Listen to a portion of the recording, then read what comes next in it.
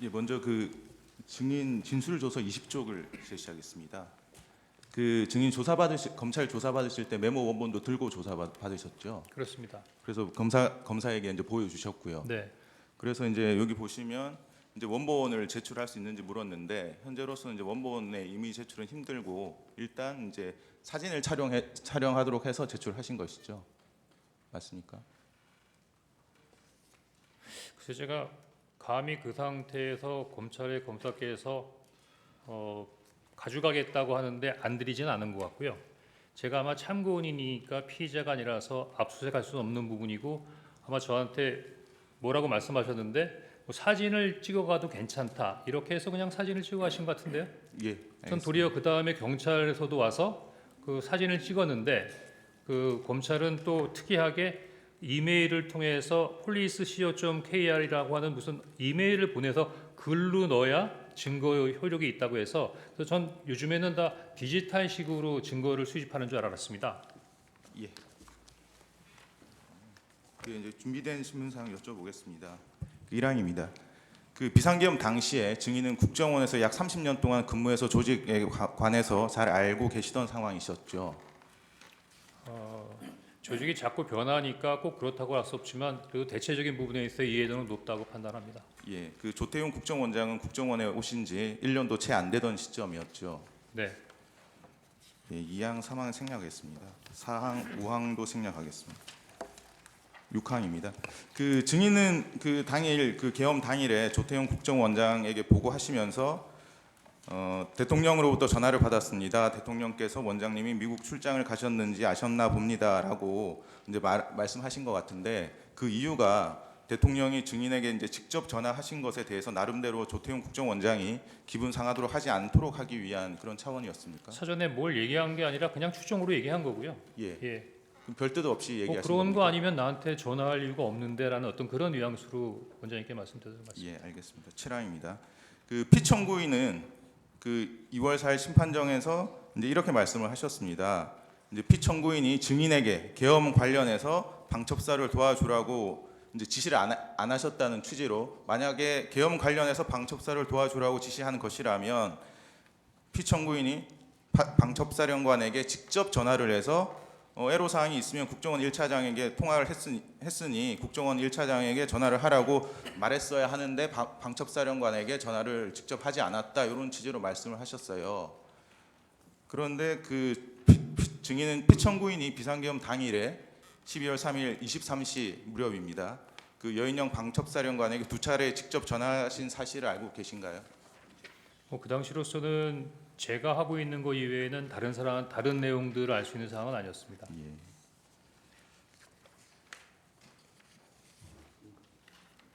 예, 제시는 생략하겠습니다. 그 여인영 사령관은 검찰 조사에서 이제 피청구인이 계엄 선포 이후 2번 정도 여인영에게 전화를 했고 오후 11시 조금 넘어서인 것 같다 이렇게 진술을 했습니다. 증인이 여인영 사령관과 통화할 당시에 여인영 사령관이 피청구인과 통화한 사실을 증인에게 얘기하지는 않았습니까? 다시 한번 얘기해 주시겠습니까? 그 이제 증인이 여인영 사령관하고 통화를 하셨는데 그때 여인영 사령관이 피청구인과 직접 통화를 했다 이런 얘기는 하지 않던가요? 그런 얘기는 없었습니다. 예, 나항입니다. 이 나항은 생략하고요. 뒷 질문만 물어보겠습니다. 그 여인영 사령관은 피청구 이렇게 진술을 합니다. 보여드리겠습니다. 그 갑제 49호 중에 15 여인영 피신 조서 44쪽입니다.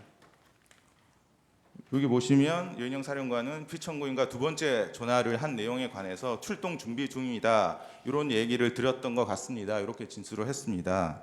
여기서 출동의 의미는 여인영이 증인에게 말한 체포조 출동을 말하는 것으로 보이는데 어떻습니까? 기관이 다르기 때문에 그 기관에 있어서의 언어를 제가 해석하는 것은 적절치 않은 것 같습니다. 그 8항입니다. 증인은 2024년 12월 6일 오전 10시경 이제 간부들과 이임식을 하셨죠. 네. 그래서 그 모인 간부 30여 명에게 이제 계엄 당일 대통령으로부터 전화 받은 사실 그리고 통화 내용, 방첩사로부터 체포 명단을 받은 사실 등을 알려주면서 국정원을 잘 지켜달라는 취지로 말씀을 하셨죠. 그 이임식 간담회에서요. 예. 예, 이임식 간담회에서 그런 내용을 공식으로 한 건 사실입니다. 예. 국정원을 잘 지켜달라는 의미는 앞으로도 국정원이 이번 비상계엄과 같은 불법적인 일에 가담하지 말라는 당부의 말로 보면 됩니까? 뭐 함축적인 의미를 담고 있었습니다. 예. 예, 9항, 10항, 11항 생략하겠습니다. 12항입니다.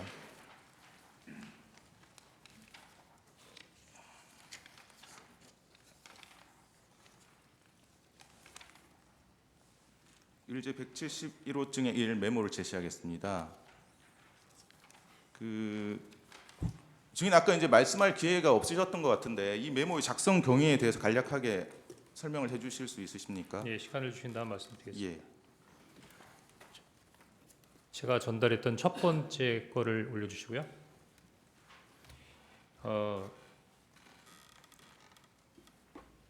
문서나 메모라고 하는 거는 중요도와 필요에 의해서 만드는 부분인데 저는 사실 지금처럼 이 메모가 중요한 부분에 있어 가치를 갖는 증거가 될 수라고는 당시로서는 전혀 생각을 못했습니다. 다만 당시로서는 더구나 비상계엄이 해제된 이후이지만 또 방첩사에서 비상계엄의 기간 동안에 왜 이런 사람들을 체포하려고 했을까라는 궁금증이 있었고 지금 당장은 어떻게 모르지만 이런 명단들에 대해서 좀 관심을 가져봐야겠다는 생각이기 때문에 나름대로 메모를 해서 이름들을 잊어먹지 않기 위해서 만들어 놓은 겁니다.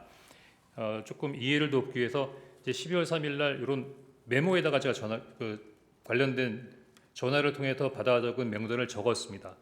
여기 아마 처음에는 한 10명 정도였던 것 같고 그다음에 제가 기억을 해서 12명 정도를 추가했던 것 같습니다. 그리고 2명 정도는 잘 기억이 안 났고 나중에 한두 명 정도가 더 있지 않나 해서 시간이 지나면서 자꾸 이렇게 좀 기억이 왔다 갔다 하더라고요. 그래서 일단 그 부분은 제가 메모를 적자마자 11시 30분에 그 정무직 회의를 가니까 그 전에 보좌관에게 한번 정서를 해보라. 근데 제가 그렇게까지 하라고 그런 건 아니었는데 그냥 모르는 사람인데 좀 알아봐. 그랬더니 이 두 장에 아주 빽빽하게 사람의 이름과 인적 사항을 적어서 갖고 왔습니다. 사실은 뭐 이렇게 복잡하게 적어놨나 하는 생각이 들었었는데 일단 요 두 번째 메모가 만들어졌고요. 다음 장 주십시오.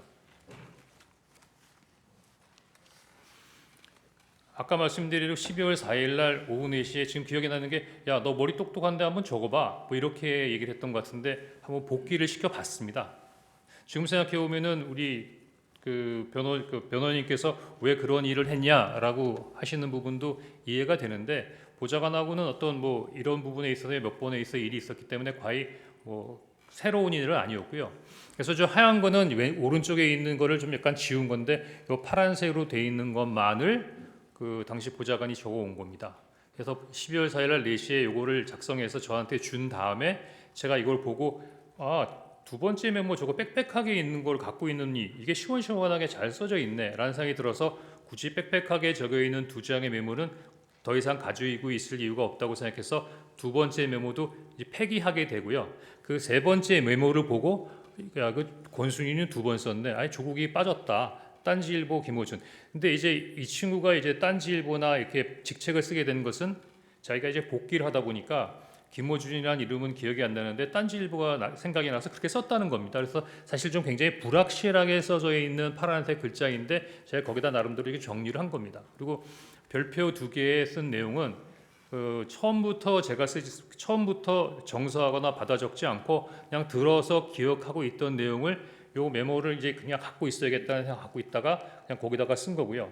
그 다음에 여기다 그 오른쪽 끝에 있는 메모는 제가 12월 11일 날 검찰에서 조사를 받으면서 검사가 요 관련된 사항에 대해서 한번 설명해 봐라라고 했을 때 16명 아니고요.